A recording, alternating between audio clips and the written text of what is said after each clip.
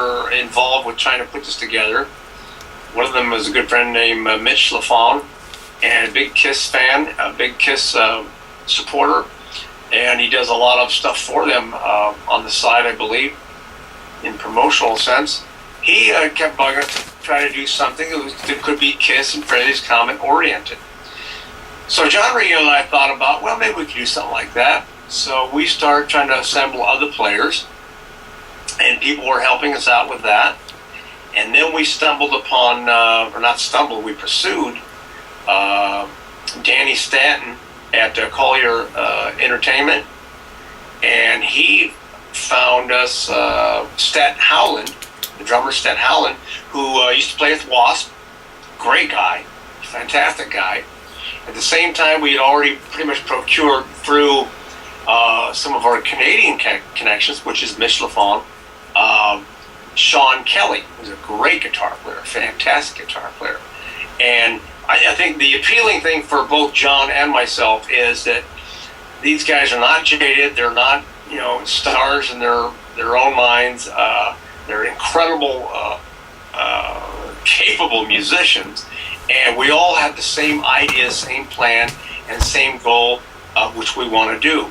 And as a matter of fact, we, at the time of this taping, it'll be this coming Thursday. I fly out to New York, and we all fly out there to do our first rehearsals to get the set list that's already been established and we're working on.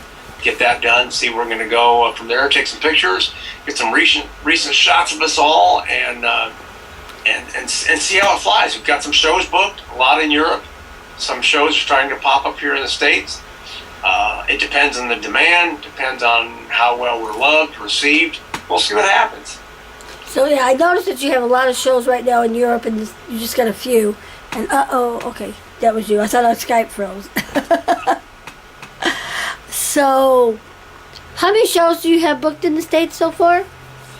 And when do they start? I think there are I think there are maybe somewhere around half a dozen, maybe. Okay. Because this just started. So where are they booked from? I think mostly the East. I think the East Coast. I believe we have one of them. A couple of them are, I think, somewhere in the Midwest. Maybe one's in Texas. I don't recall. I don't even remember. I've been so busy at my own studio. I'm at my home right now, but I've been busy in my recording studio, which is my rehearsal place as well, working on so much stuff and then taking care of some other things. And, I get the notice, oh yeah, we got this, we got that, okay, I'll put that on the calendar, and then I forget about it because I'm over there, working on these new tunes that I got. And then I just completely forget where the hell they are. And plus some of them we're not posting because it's kind of we need to reveal them in a proper manner.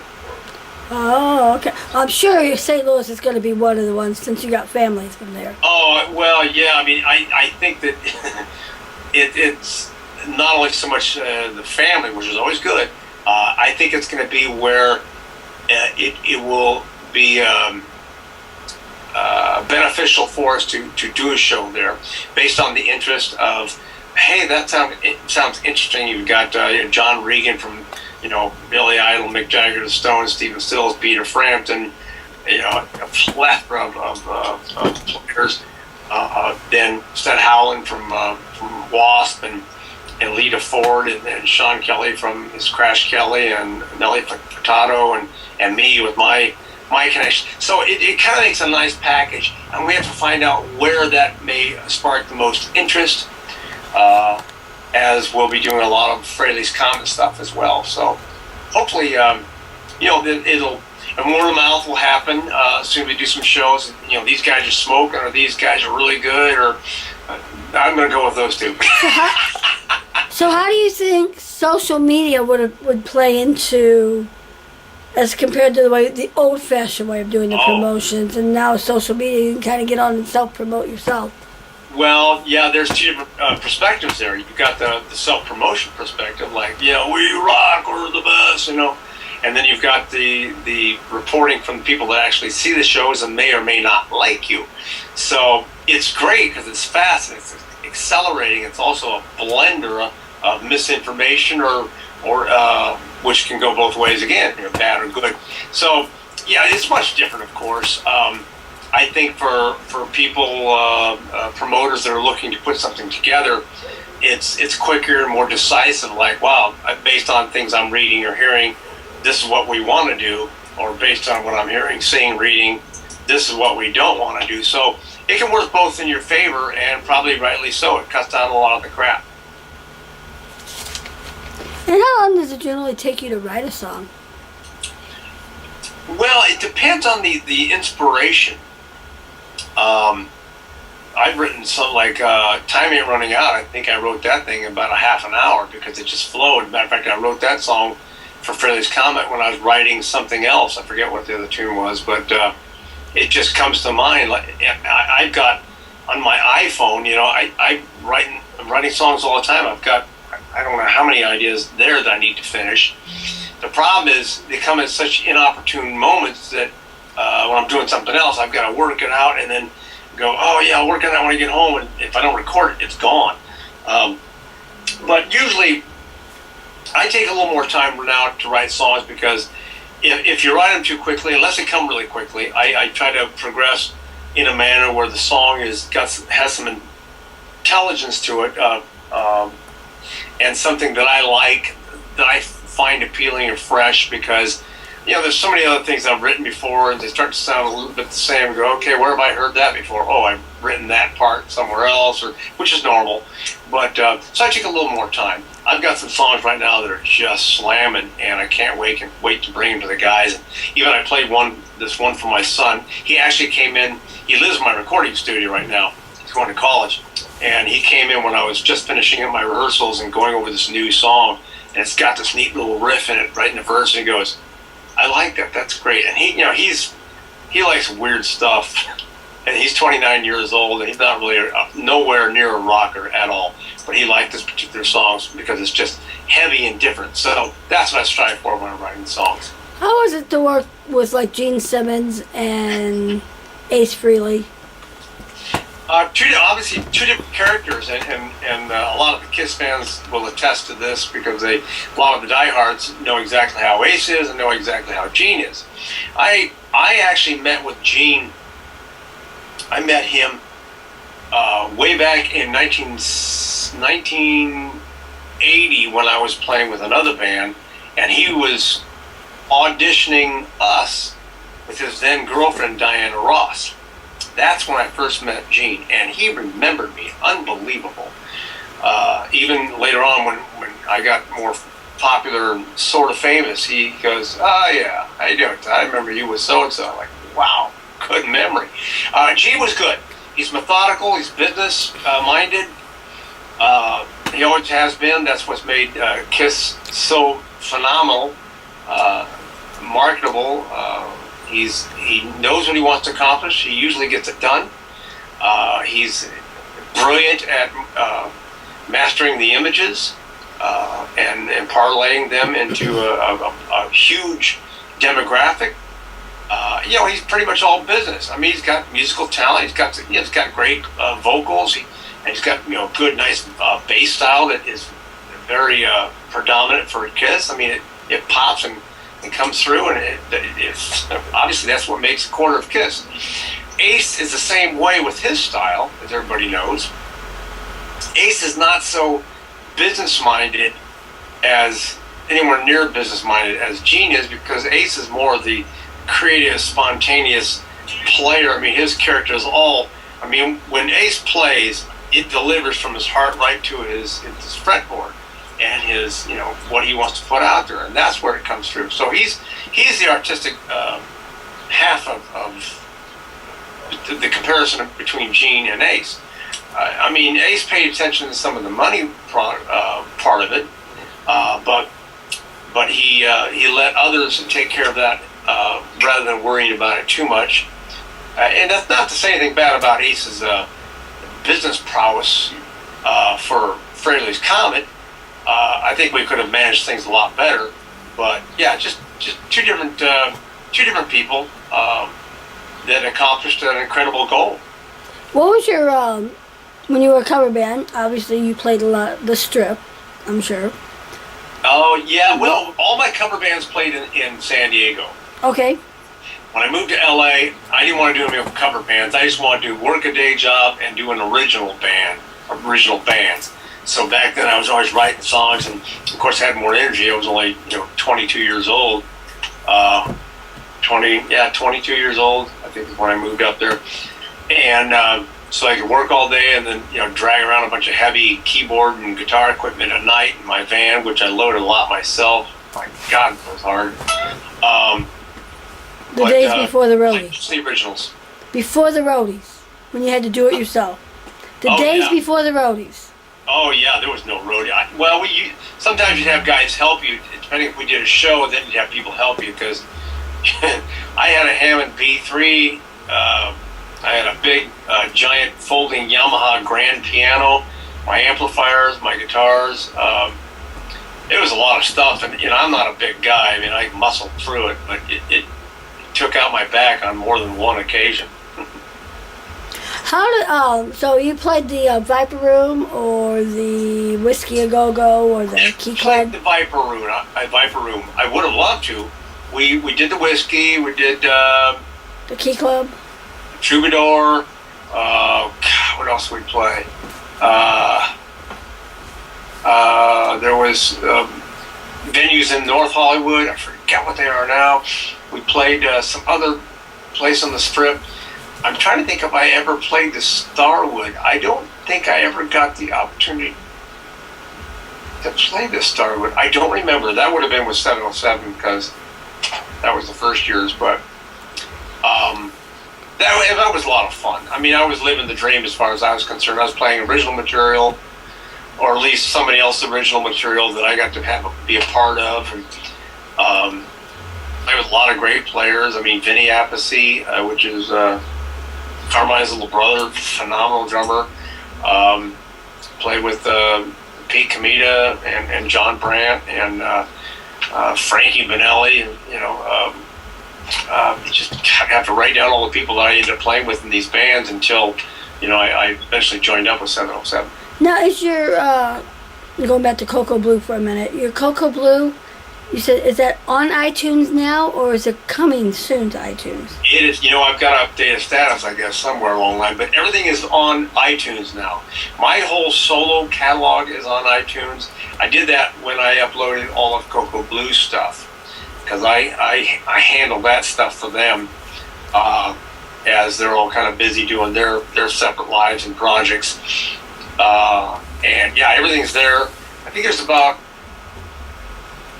12 songs on the download, and a lot of them, I mean, there's just some great stuff on there. I mean, some great playing, singing, some arrangements we did. We had a good time. We had a laugh, just a blast doing it. Back then in that band, I was called the asshole because I was a tyrant. I wanted everything. I ran it, like I was the Gene Simmons, I guess, of the band because I wanted everything to run a certain way, and run smoothly. And we got to get this done. Everybody show up for rehearsal, no messing around, that kind of thing. And not that I'm saying Gene Simmons is an asshole, but he got things done. So when we got back 35 years later to record, we all laughed. Of course, we've been laughing about it over the years, but we laugh about it because I was a complete aloof and like, hey, let's just do whatever we want to. We were paid for the studio time. We had all done our homework and did the songs, and we had so much fun in the studio, laughing and goofing off. And I was not. Jason showed up late to do his bass, and he was afraid I was going to yell at him like the old days. And he called me up and says, "I'm going to be late. You're not going to yell at me when I get there, are you?" I said, "No, cousin." Things have changed a little bit, but yeah, it was a good laugh. We had so much fun. So yes, they are on iTunes. They are on iTunes. And I forgot my question. Oh, a couple of fun questions. If you were a color, what would you be and why? If I was a color? Mm-hmm. I'd probably be red. I mean, not that it's coincidence I pulled out my old Steinbreaker here, but it was the only one out of the case at the moment. Red because it breaks through.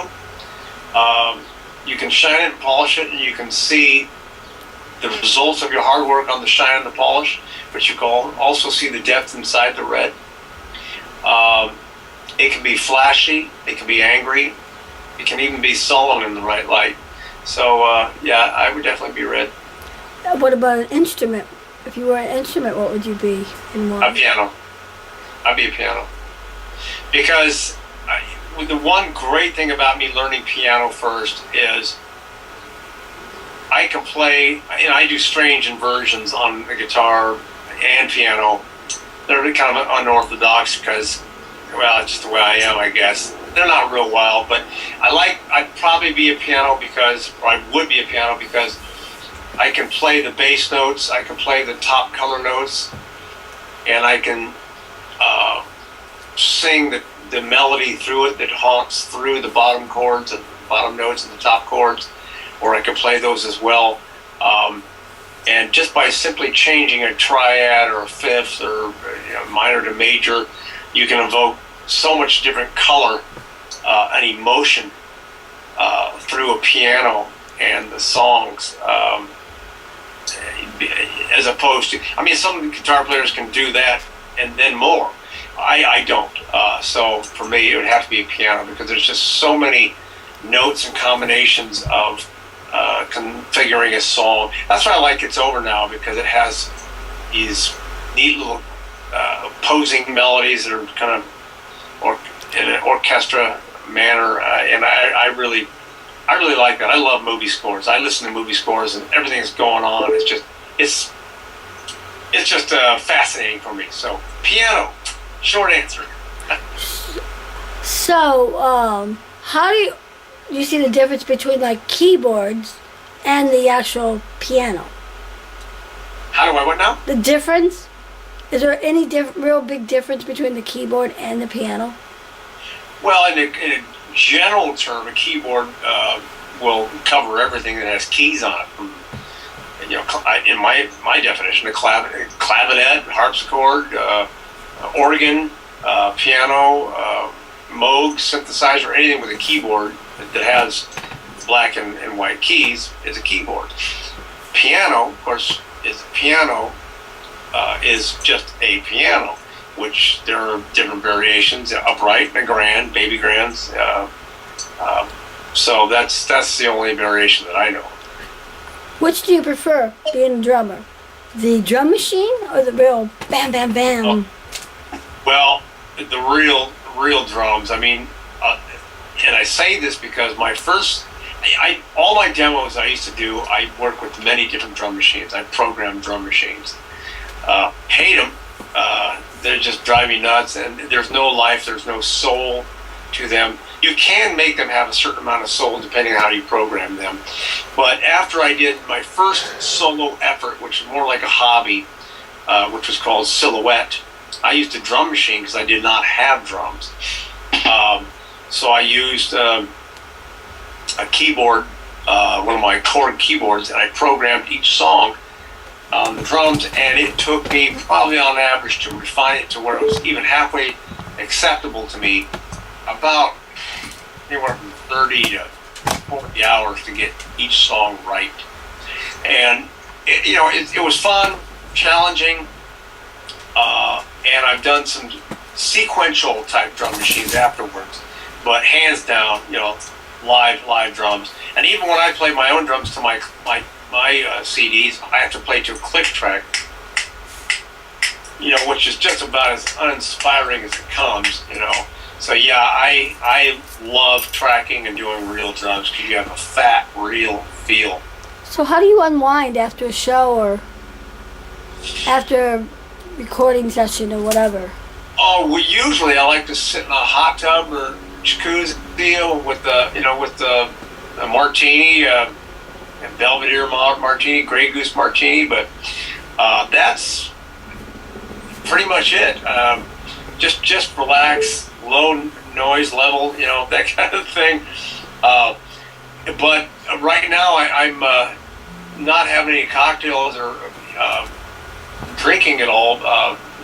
Just recreational drinking, I should say, because I just got so much work and energy I need to use, and so now when I relax, I guess it'll just be a hot chocolate. Oh, and my hot tea. Now, do you do the hot tea with honey and lemon? That's a singer thing? No, I've gone through a lot of different methods to try to preserve the voice live. And the best thing for me is honey and warm tea after the show is really good. I like that. You can do it before. I mean, it depends on the singer. But for me, I use room temperature bottled water with some lemon juice in it. A certain percentage mixture, not too much, but just enough to help the vocal cords stay in shape. And yeah, just room temperature water. Depending on the severity, how heavy I'm singing, how hard I'm singing, because I have different vocal styles. Sometimes I'll have to use a little bit of something cool with ice at the end to help the throat calm down. But that can also be dangerous. So usually you just have to sing your way down, talk your way down, and that includes just either warm tea or just room temperature water. And what about? I just lost my thought. Singing, water. Water. Honey, hot tea. Vocals. Cocoa. Oh, head chef. What is head chef? 1957 to present. What is that? I don't know. I says by the river head chef. Because I cook. Oh. I should say that, yeah, because I'm not a cook, but I cook. I've been cooking ever since I was a kid. I got tired of waiting for my parents to get up and my dad and my stepmom to get up. So I learned to cook at 7 years old. I started making my own eggs and that kind of stuff. But I'm in between my wife and I'm the one that cooks. She bakes on occasion. She likes to bake. She's not a cook. She'd rather go out to dinner or bring dinner home from a good restaurant as opposed to cooking. So, and she likes everything I make. We eat primarily fish and vegetables. And so I cook all kinds of different fish. Like last night I made fish tacos for my son and my wife and my son's girlfriend. So yeah, that's why I'm the head chef. By the river. What? It said by the river head chef. So by the river, yeah. I guess that's the name of your restaurant. That's of course a reference to the late Chris Farley's "I lay on a van down by the river with my government cheese," something. It just sounded funny, so I just put it in there. So what's your specialty?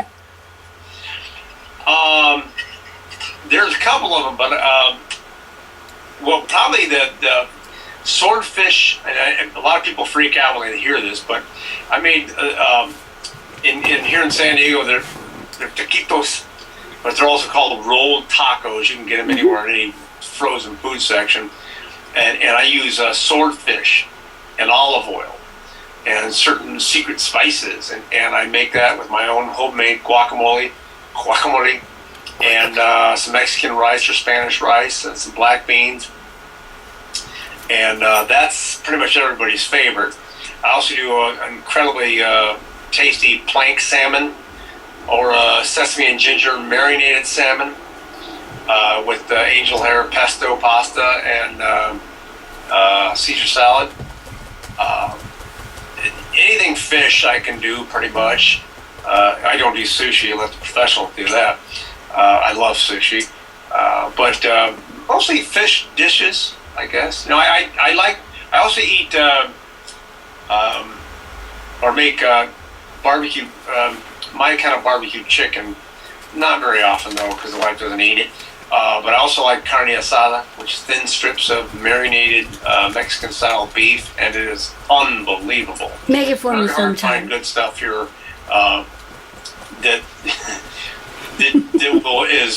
it's hard because you go into a great Mexican market to get the carne asada, and because I'm a white boy, I come. They don't know that I'm part Mexican, but I go in there and look like a white boy, so I'm not really sure I get the best bits of carne asada.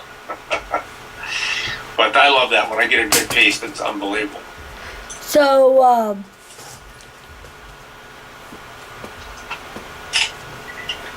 play me a song, just off the top of your head. The first one that comes to your head. Oh, let's see. Well, let's see.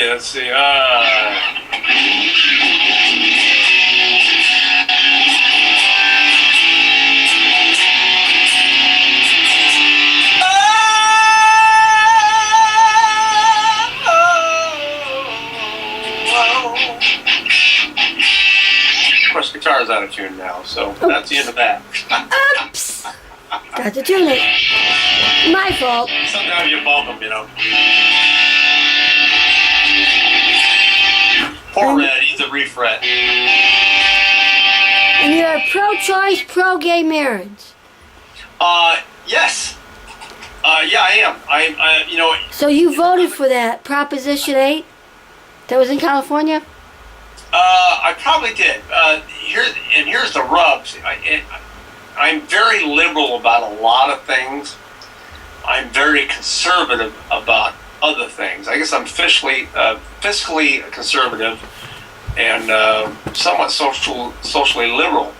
I have a real hard time with a lot of political things, and I don't really drag people on Skype. They know pretty much where I stand, and I think I've upset some people because they're not as conservative as I am, and I think that upsets them that I'm not as liberal as they are. But I have a lot of respect for people that have their views, but I come across more strongly conservative than I do liberal. But it's only from it stems primarily from the fact that I've worked very hard for what I have, and we are taxed to provide for those who definitely need help, and there are a lot out there that definitely need some real help, and I'm all for that because that's the way the system should work. What I'm not for is the taking advantage and the erosion of rights and freedom and privacy and the pursuit of happiness by anybody in office, regardless of party affiliation. But to anybody in office that especially tries to accelerate this on an ideology that I don't agree with. So it's tough because a lot of people that like rock and all stuff are very liberal, and that's good. I am too about a lot of things. But I don't want to be taxed 60% or 70% when I've already put my dues in and my hard work. I'm 57 years old, 57 in September, and it's kind of like me restarting over here again, and then I got to be pounded into the pavement by taxation. I think, come on, I've already paid a lot of dues, and I've already taken care of a lot of things. So, but yes, I am. I have we have a lot of gay friends, a lot of events that we have attended that are gay pride stuff that our friends have been in. I have absolutely no problem with that. What about the Gay Pride Fest? Have you been to the Gay Pride Fest here in West Hollywood? Yeah, I've never been to that one. Because That's something. Yeah. Well, I spent a lot of time at Venice Beach, so it's probably not as celebrated, but yeah, it's got to be incredibly entertaining, But because I live here, anything that I would do would be here in San Diego. But I also believe in pro-choice because it's a woman's body. I do believe in a higher power, but I do believe it's a higher power by definition of those that are sane, as opposed to not being able to take care of the body the way you may feel necessary. It's it'll be forever a touchy subject, and that's why I don't bring it to the stage. I would never dream to bring it to the stage because when I go see somebody play live, which is very rare, I don't want to hear them bark about what they believe because I don't care. What I want to hear them is sing, like when I go see Alice in Chains or Stone Temple Pilots or some heavy band that I like. I want to hear their songs. I don't want to hear their crap about their views or the fact that they don't like, the Second Amendment or whatever. I mean, I'm pro Second Amendment, but I'm not going to sit there and bark about it all on stage because nobody wants to hear that. They want to be entertained. So that's where that belongs. Now, you're from the day where you had to get out, do a lot of hard work to make yourself known. What about the reality shows, except we did have Star Search. Oh, you mean Like Star Search, and then they brought back like American Idol. They tried to bring back the Star Search and the X Factor, and right, and now the Rising Star is going to be coming there's up. a lot of them because a lot of the youth wants to see that and enjoy seeing it, as does a wide demographic of people as well, and audiences. I think that's great because